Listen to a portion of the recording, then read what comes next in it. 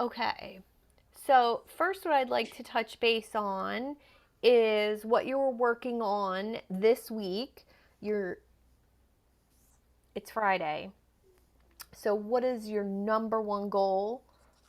Did you accomplish it this week? And what is it for next week? And we're going to dive into our topic of biology. And biology is a book that I read a long time ago. And one of the things I liked about it was the fact that it dove into why people buy from us. And as I've been on this journey, working with Charlie, working on some things myself for my business, I needed to know why people buy. People buy from like people, but there's more to it than that. Mhm. So that's why this book stood out to me. Um, so the book is basically about marketers who would like to uncover what makes us choose one brand over another. And they've identified this secret. And the true reactions and emotions of humans, um, they make a nanosecond decision before deciding to buy. And the book dives in that if what causes us to buy, you have to really get inside that ideal customer's brain, which means neurology, which I loved that. Um, you have to tap into empathy, you have to tap into compassion, but also those mirror neurons that cause us to see ourselves in other people. That was really the key.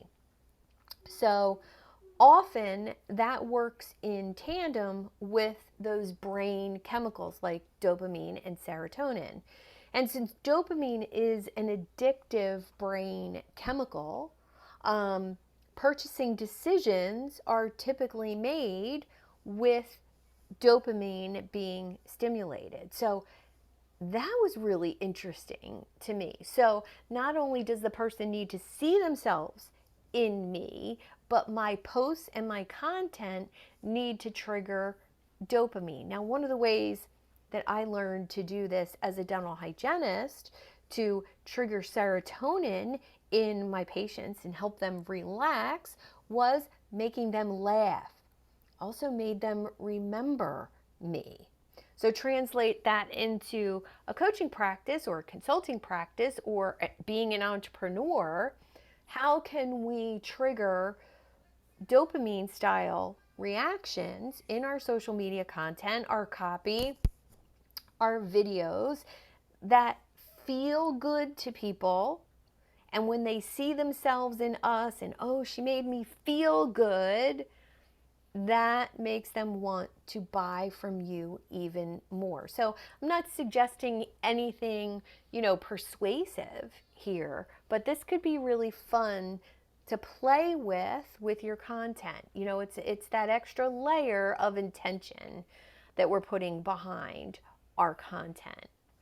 And that kind of magic that you could put on your videos or your written out content or even your opt-in, even the cover of your opt-in that people download, how much intention do you put behind the picture, behind the words, making those people that download that freebie of yours that maybe stimulates that feel good um, hormone or stimulates that ritual kind of, whether it's a meditation picture, a beach picture, a coffee picture.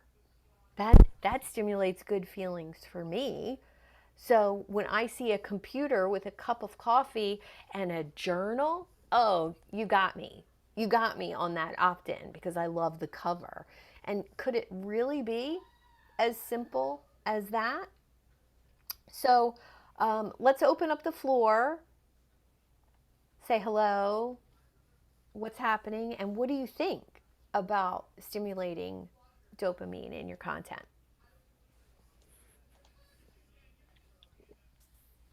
So, Susan, how are you? How can I say this? Are you aware that you either have or haven't been doing it in this role that you're in now? Yes, yes. Yes, yes to both, or what? I would say um, I realize when I do it, I realize when I put intention behind being like my potential clients so that they see themselves in me. Oh, yeah, she used to be there. Oh, she gets it. Or if I share a picture or something that makes me happy, it's typically attracted a person who's like me. So if I talk about the beach and surfing and, a tropical island paradise as a reference, that typically will attract people who are like me, who like those things.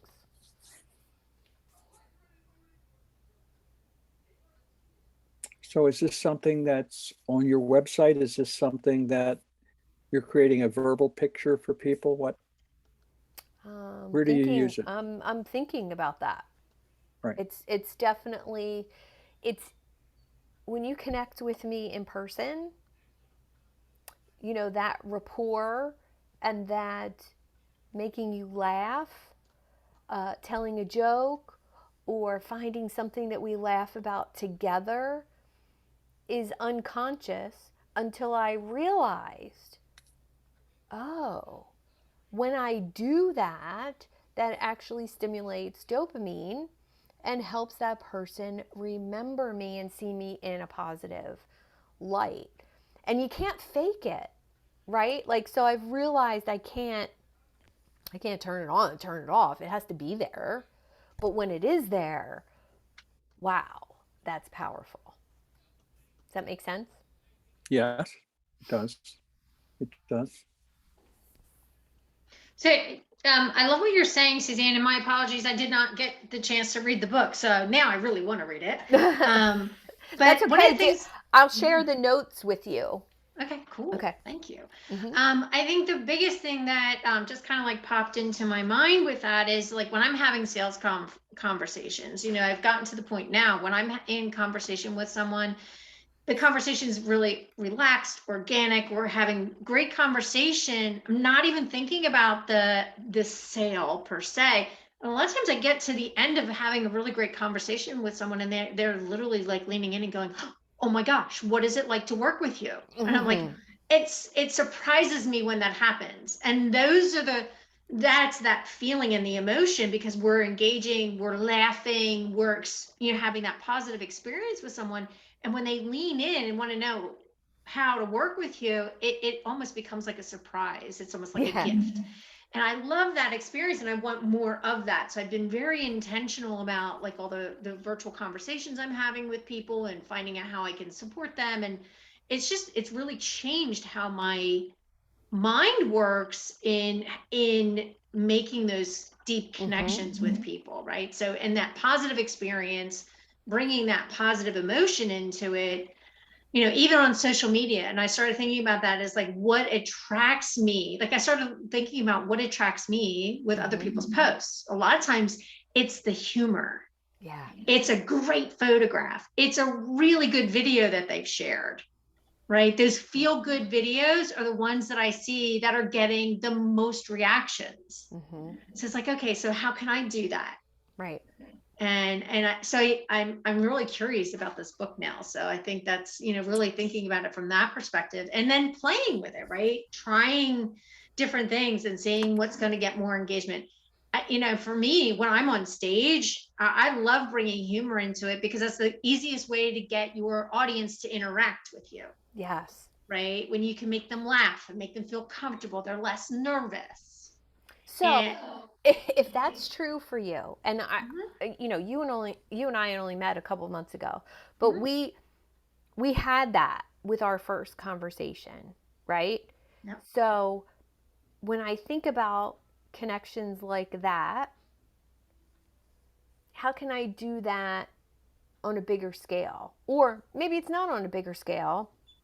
Maybe it's just every person that I connect with, I want it to be like that. So what's the filter? And one of the books I read on building community, it's a book called Belong. She recommends, and I don't have my notes in front of me on that book, but she recommends every event needs to stimulate the 4 brain chemicals. And that basically means at an in-person event, people need to be touched physically if they're okay with that. So a hug or a high five or a handshake or whatever. They need to hear music that makes their body want to move. Then they need to be stimulated either with humor or a thought-provoking thought or learning that stimulates dopamine. So that depends on the person. Do they like humor? Do they like learning? And then lastly, they need to eat something or drink something that is memorable enough that they associate it with that event. And if you do those 4 things at a networking event or a lunch or a wedding or whatever, people walk away with this amazing positive experience, even if there was negative things that happened. It's crazy. All right, so I want you to use those 4 things, Suzanne. I want you to reflect on my question and share with Laura whether or not it happened. You were in my office a week or 2 ago. In the course of our conversation, you were speechless about something, and you said there was a major shift that happened. All right. So when I greeted you, I hugged you. Yep. When you sat down, I gave you a bottle of water, which you consumed during the meeting. So you finish the thought. Yeah. What else happened that's consistent with those things the woman's talking about? Oh, we laughed. We almost had tears laughing about something. I don't remember what it was, but I remember. It probably came from you and not from me. So, but it's true. Well, I laugh at myself the most, so that's helpful. And then I was left kind of with an awareness. So you stimulated my love of learning, and I learned something about myself that in a different way. I think I knew that about myself, but I had never really looked at it that way and at that level of, oh crap, that's I'm not an executor. I'm like, oh, idea, you go do this.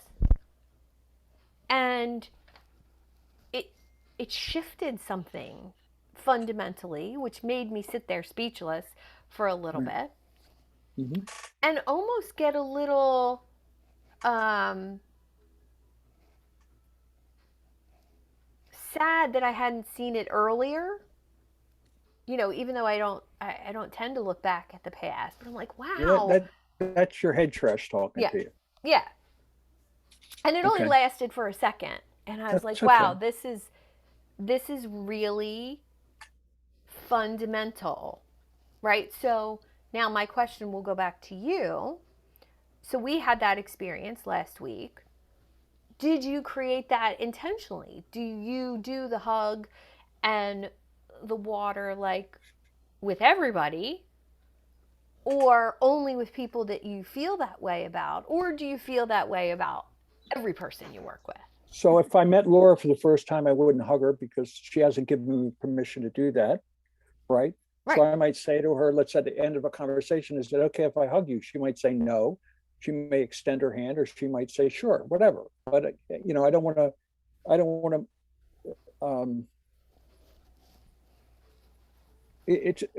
you know, that's just who I am. But I respect people's space, and there's a time for it, et cetera, to do that. In terms of the people come into my space, my office, I always give them water, or I'll say, do you want coffee? Because we have that capability of giving that to them, to be able to do that, because I want them to feel comfortable doing it. So those things are just part of how I do it. Some people say, well, it's all staged. Like in my office, there's tons of books like there are in your office, right? Some people, hey, you got this staged well. I said, what the fuck are you talking about staged? What do you mean staged? This is who I am, right? So they come in and this is who the guy is, right? So yeah, this is like being in my this is more private to me than my bedroom. Really. And I'm inviting you into my space, and you're treated well. I'm sure Laura's heard this before. People remember you for how you make them feel, and that's what this Buyology is about. How do you make people feel? It's either good, bad, or indifferent. But a lot of times it depends on the other person. I mean, there are some people that I just don't resonate with, no matter how, I don't want to use the word try, but no matter what happens, they just don't resonate with me. There's just not that chemistry there that, for one reason or another, it kicks in. I was talking, I have a client, young man in his early 30s, which is unusual for me. I don't have people usually that young. Anyway, and we were going through things in the normal way I go through things. And he said to me, this ain't working. I said, I'm not feeling anything. I'm not connecting to this. So we talked it through, and then we came at it from a different angle. And yesterday he was like, he blew up. He was so excited, his demeanor, because it was coming together with him. But I just came in through the back door instead of the front door. You follow what I'm saying? So we have to be flexible and realize that we can't force them to do it our way. We have to be, that's why we're experts at what we do. We know how to come at it from different angles for different audiences to do that. So I have to be flexible with that. But I can't move people forward. I can't get people to improve their performance if we're not connecting. Right. Because then I, why should I listen to this guy? Right. So there has to be that connectedness that you create with people. I hope that made sense. Did it make sense to you, Laura? We've never met. I've been on presentations that Laura has given, but I don't think we've ever formally met. Yeah, I think that the point is, and I love what you're saying, Charlie, it's being intentional about how you make people feel, right? So if you are really intentional in welcoming people into your space, in making them feel comfortable, in making them feel safe, you create that connection with them that then opens up the door of opportunity. And I think that's a beautiful gift that you're offering when you're inviting people into your space. So yes, I definitely understand exactly what it is that you're saying, because sometimes you have to help people feel comfortable before they'll open up and be more receptive to what you're sharing. Yeah. Right. That's it. Because again, for me to be effective, they have to be willing to take a deeper dive into themselves with me. That there's high trust information that they're not going to reveal unless they're comfortable revealing it. If they feel that I'm going to respect it, and they sense that if I share this with this guy, he's probably going to use it to my benefit. Right. So I'm responsible for creating that. How do I read this particular person, and how should I go about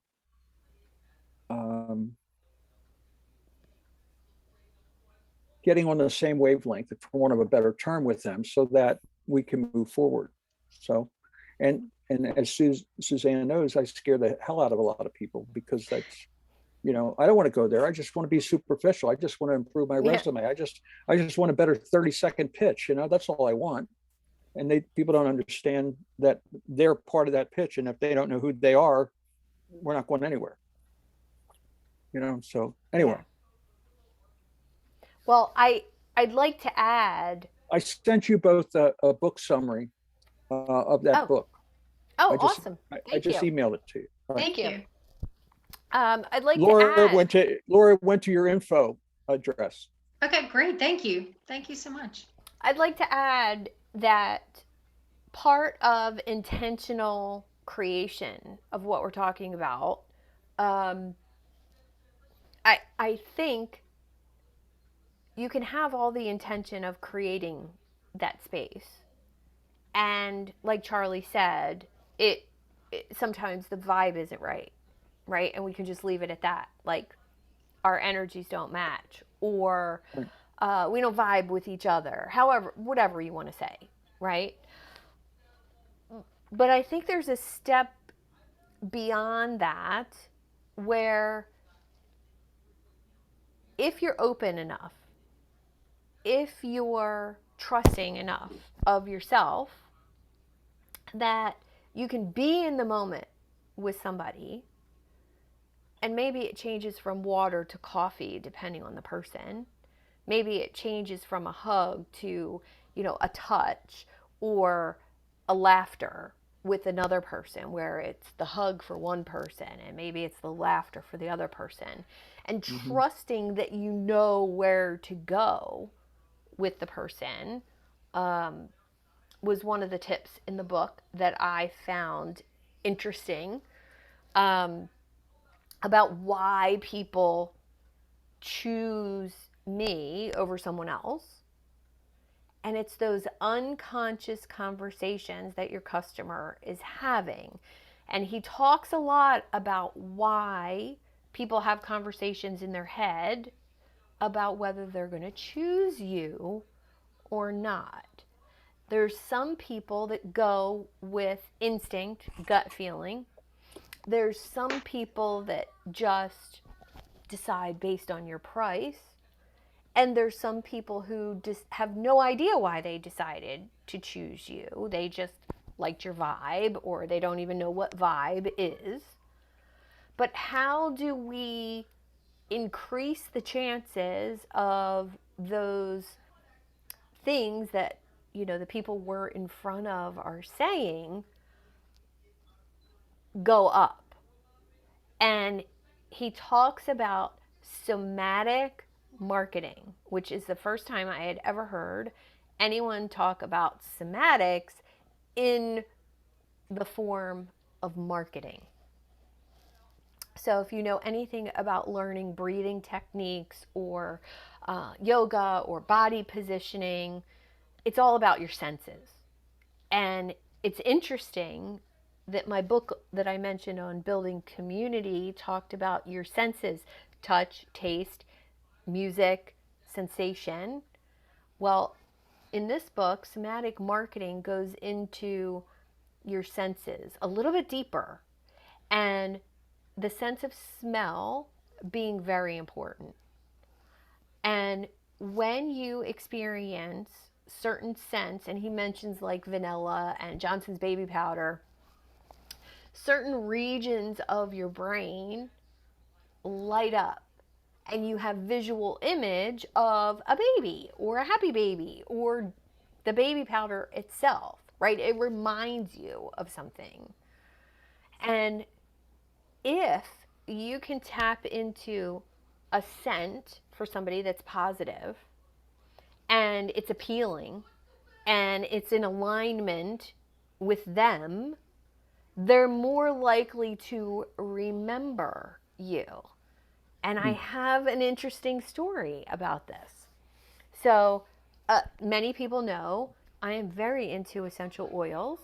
I studied aromatherapy in the early 90s when I was a dental hygienist. Used to use them in my practice of dental hygiene. And this is just, the connection here is lighting up in my head right now. So forgive me, I'm a little excited. Um, I used to wear this essential oil scent that I made myself. It was my perfume. And it was a combination of 4 different essential oils. The 4 highest vibrational essential oils. Now, oils have a vibration, plants have a vibration. The highest vibrational frequency of a plant or an essential oil is rose essential oil. And it has a frequency of something like 400 megahertz. So when somebody smells rose, they immediately, one certain section of their brain lights up in the olfactory center. The olfactory center is right below your emotional center of your brain. So smells connected to emotions. Rose triggers the most positive emotions in other people. Why do you think it's part of so many perfumes? Why do you think it's part of so many air fresheners?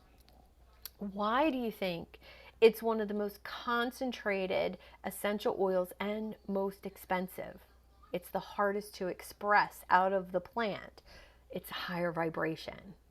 And this connection for me made sense that when I was wearing my essential oil perfume that was rose, cedarwood, lavender, and lang lang, that people were attracted to me. What's that smell? What's that smell? What's that smell? Is that you? Oh my God, that's amazing. Oh, it reminds me of my grandmother. Oh, it reminds me of my first grade teacher. Well, how do I create that if I'm meeting people on Zoom? I can't. So I had to depend on other senses. Mhm. So just a thought for a signature scent for you. Now, Charlie, it could be for your office. Could your office have a signature vanilla, spicy scent to it? It could be just a candle. It could be a drop of essential oil on a cotton ball in the vent, you know. Um, and could that make a difference? Could that be interesting when you meet with someone? I don't know. What are your thoughts? Um, it would have to be subtle. Um, I I went to a conference at a place in Phoenix called the Sanctuary. I don't know whether you are No. aware of that, but it's a high-end spa, and they had their own signature scents that they had put together. Mm-hmm. And I bought a bottle, uh, a spray bottle Mm-hmm. with this stuff in it. And occasionally, what I'll do is, um, before a person comes in the office, I'll just give it one squirt because it's very concentrated. And it's very appealing to me, and um, it's, I want to use the term, it's got that earthy, spicy sense to it. I absolutely love it, and nobody's ever commented, oh, that smells great. It just becomes associated with me in the office when they walk in. Mm. And I haven't done any conversion rates to sales from it, Mm-hmm. but I, I've tried it because I like it, like I like jazz playing in the background, but not everybody likes jazz, that kind of a thing. But uh, I know that I'm less effective when I am contrived. Mm. And you try to walk that fine line because, Yeah. people buy Laura, they buy Suzanne, they buy you, right? Right. And if I'm not behaving like me, if I'm not being me, uh, eventually that shows up because they'll pay you this money and all of a sudden you show up differently than you were when you were enrolling them. Right. Who is this guy? This is not the person I talked to before. So I have to be careful about that. So, Yeah. I and agree. I think. it goes back to being authentic. If Yeah. we don't know who we are, for example, and Laura, you probably experience this when you're helping people put together their messaging, their introductions, and things of that nature. If they don't have a clear sense of who they are, there's only so much you can do with them to really make it authentic and real if they don't know who they are. Otherwise, you're making it up. Who do you want to sound like? That kind of a thing, as Yeah. opposed to you're expressing your true voice. And Yeah. so when I made a decision years ago to stop being somebody else but to be me, it was an inflection point. Things suddenly started to change, and people were the kinds of clients I were bringing in are more the kind of clients I want to work with, as opposed to attracting the wrong kinds of people. Yeah. That makes sense. So again, to go back to the point, I agree with what you're saying. We have to. It isn't just our words. It's the whole, you know, environment, not a physical environment, but it's the whole. You know, I call it the experience, the Suzanne experience, the Lori experience, the Charlie experience, whatever that is. It has to be us. And if we're trying to be somebody else, it's going to backfire on us. It's not going to be who, because they'll feel it, they'll sense it. Yeah. You know, the kind of people that we want to work with aren't dummies. You know, these are people who, you know, have the potential of really doing great, wonderful things, and we want to help them along the way. Yeah. If we're being a phony, we're teaching them to be a phony. Anyway, So I do have opinions on this. I know, and I love No, we didn't notice that. that. I love that. Yeah. But Right. so if comedy and scent and I do a lot of eating with my clients. Like we go to breakfast, we go to coffee, we go to lunch, right? If that's, I don't know if I'm doing it intentionally or is it just part of my ritual? Like, so when it's part of my ritual, so the scent I put on this morning is just a single, it's an oil blend from Young Living. I've bought it for years. I keep it here on my desk. It's called Abundance. It's very dark. It's very heavy. It's cinnamony. It's spicy. Smells kind of candle-y, Christmas-y, sort of. I'm not sure. But I think because it's called Abundance, and because I know the oils that are in it are like those religious, you know, oils, the frankincense, the myrrh, the, you know, those things, I associate that with money coming to me. So if part of my ritual for a sales call is putting that on, and it puts me in the vibration of money being attracted to me, that's not, I don't know, it's more for me than it's for the other person, I feel like. Well, what I'm hearing you say is it helps to neutralize those I'm not good enough Yes. thoughts and feelings that we develop, that we always have, you know. Mm-hmm. So when I'm dealing with a very powerful person who's had tremendous achievement in their lives, et cetera, and I'm tending to look up to them instead of looking directly at them. You know, that's a tip off to me that said, Charlie, your head's in the wrong place. They're coming to me because I know I'm a subject matter expert in an area that they're not, where they may need the help. I have to remind myself, I have to hit myself on the side of the head and say, wait a minute, they're coming to me because of my gifts, Yeah. which is their lack at the moment, right? So that kicks me away from this. I'm not good enough. I'm not good enough. I'm not good enough. So, you know, we all go through it. Yeah. So,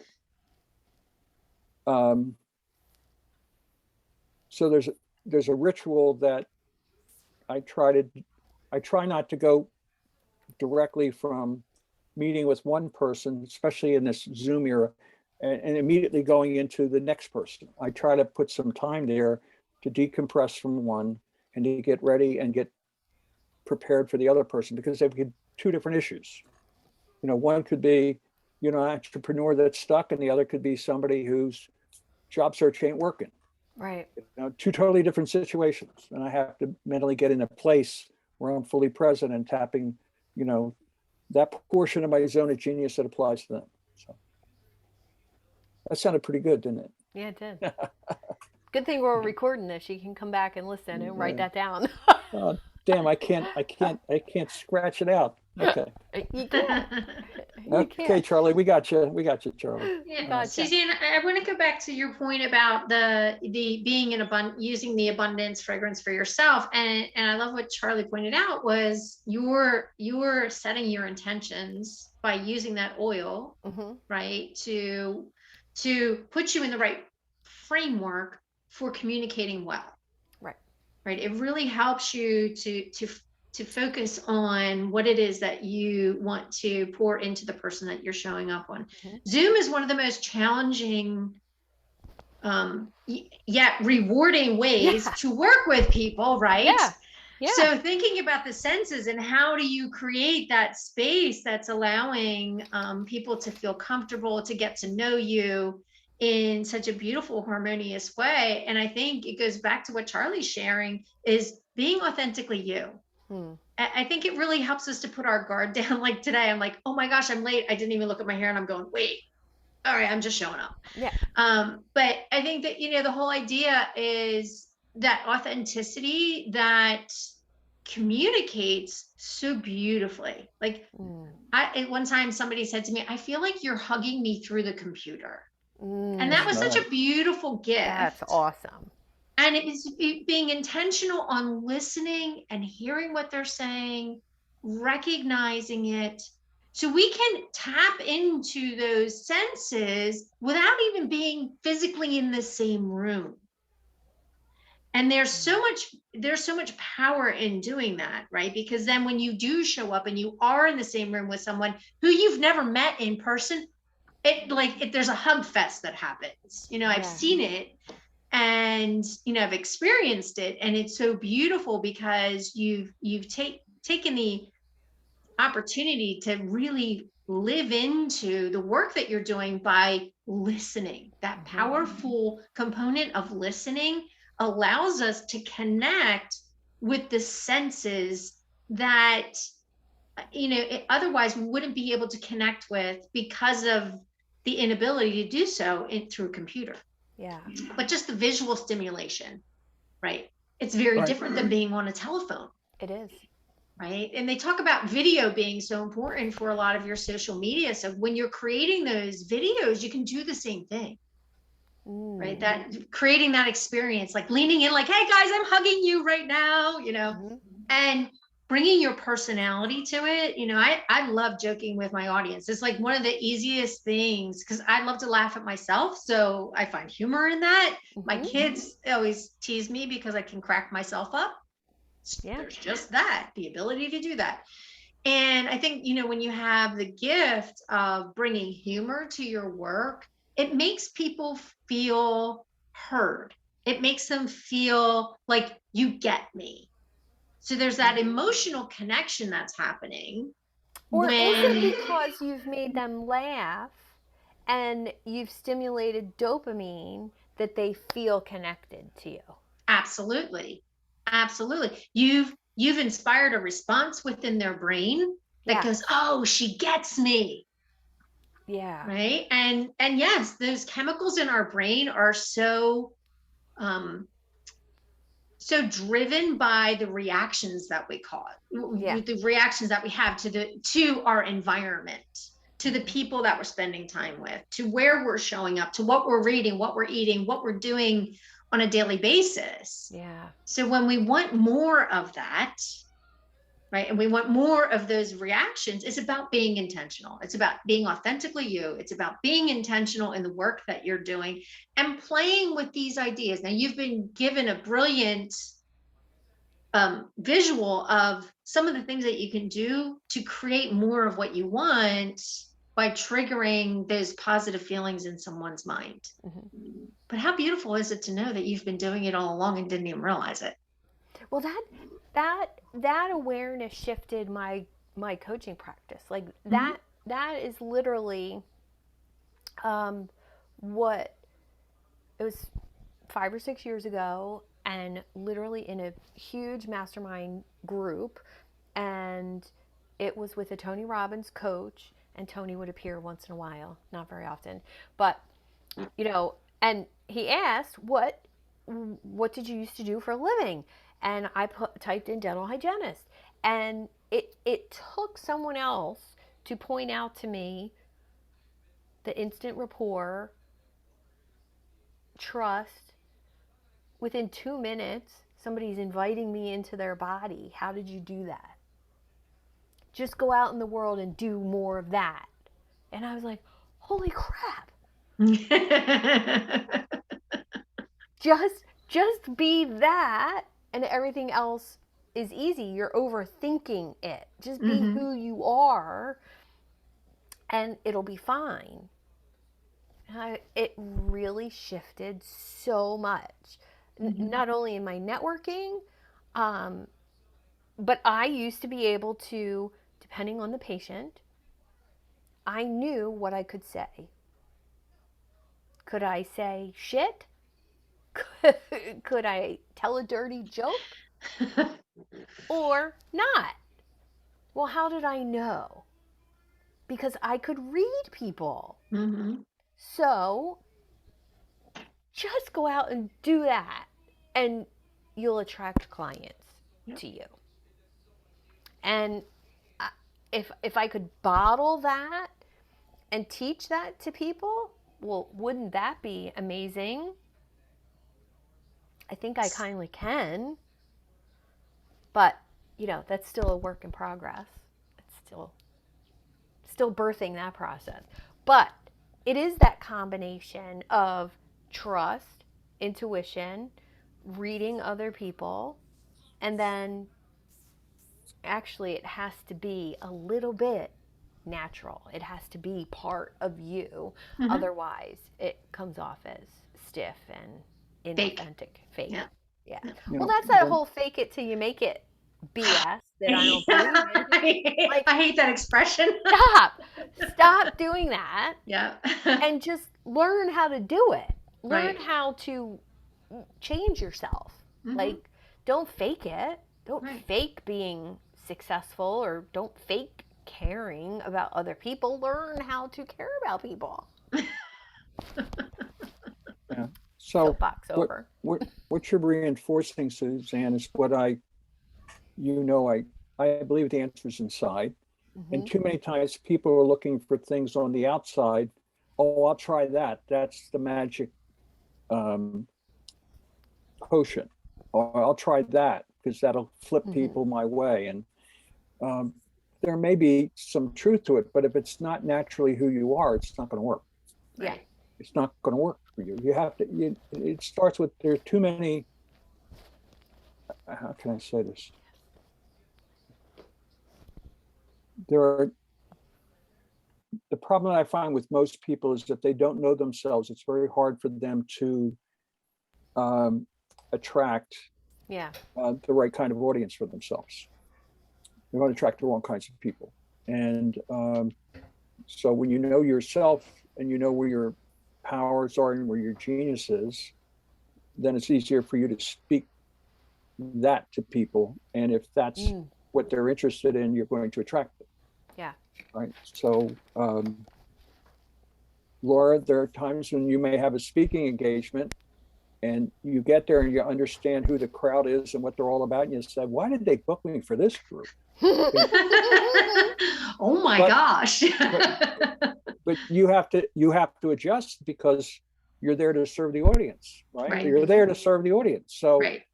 because they're not the ideal group for it, you have to quickly adjust and say, okay, now how can I have this big idea I want to get across to them.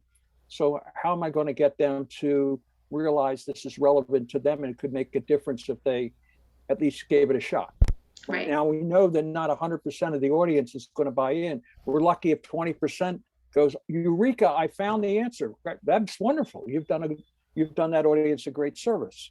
But we have to know who we are so that we can make the necessary adjustments along the way. Yeah. Right. Yeah.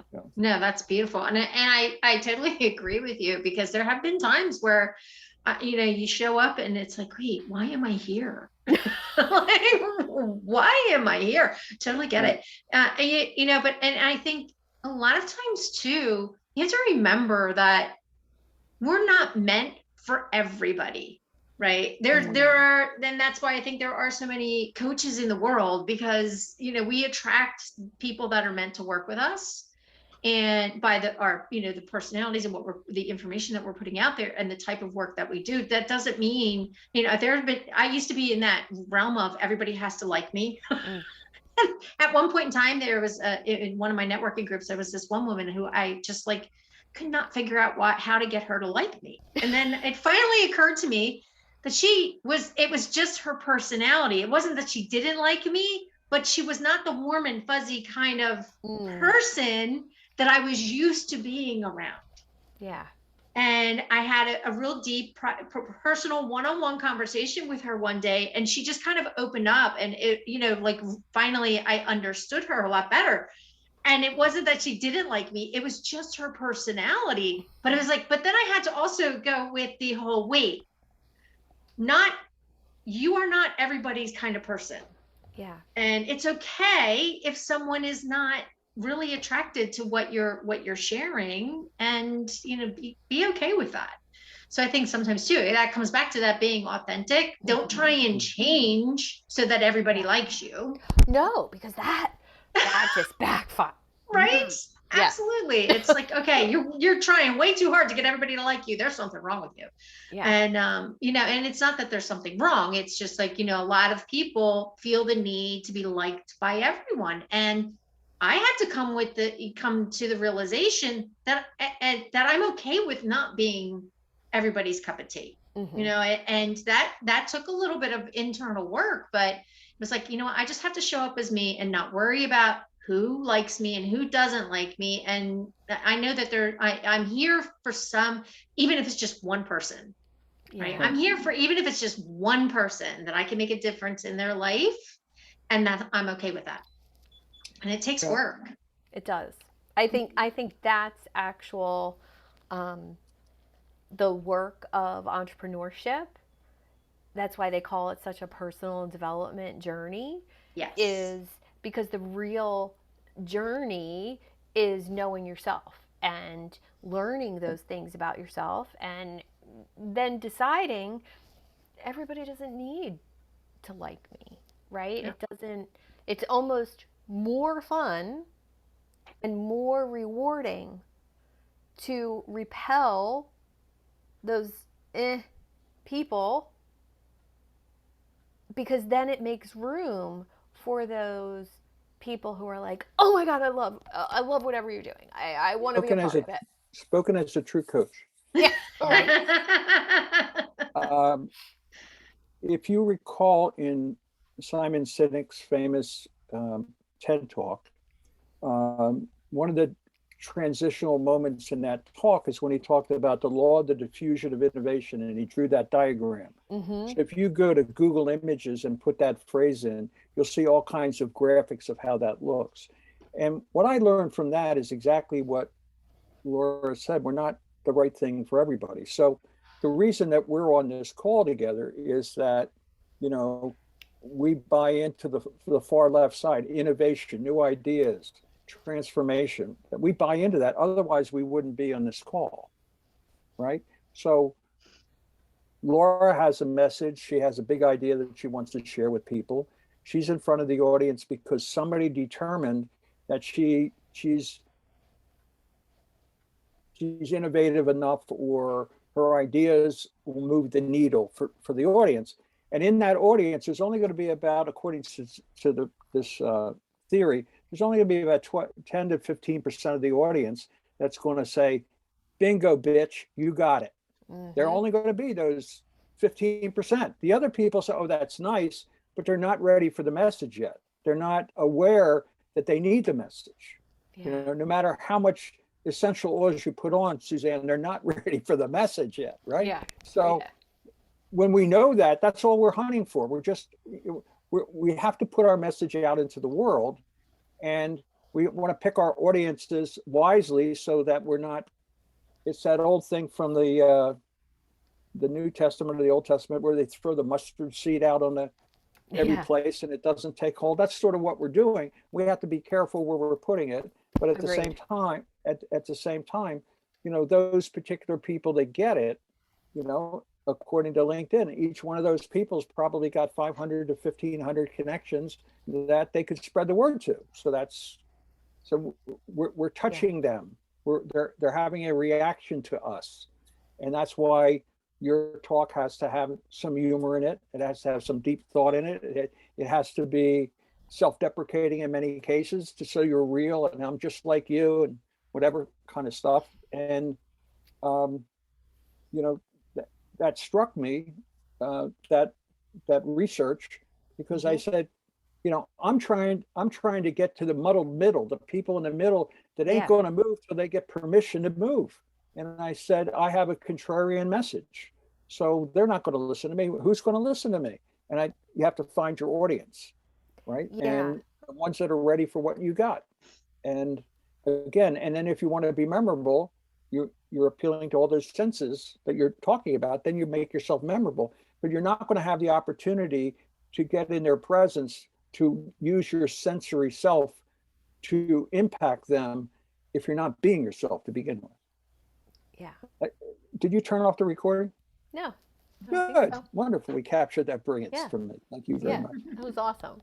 Um, So listen, I'm going to have to bounce soon. yes, I wanted to wrap up for today, so I will be emailing both of you the newsletter for this event, which is the notes from the book, and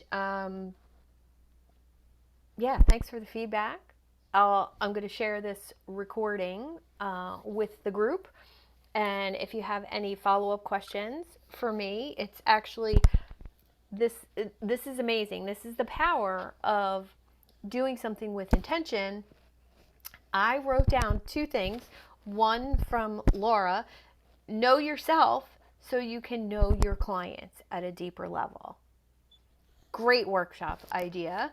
And then I wrote down: up your natural attraction factor by working on all your clients' senses.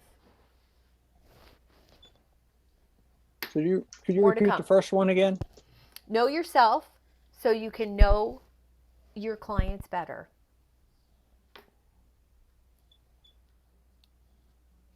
Okay, great. Yeah. All right, guys. Thanks for Hey, being here Laura. today. Yes. Laura,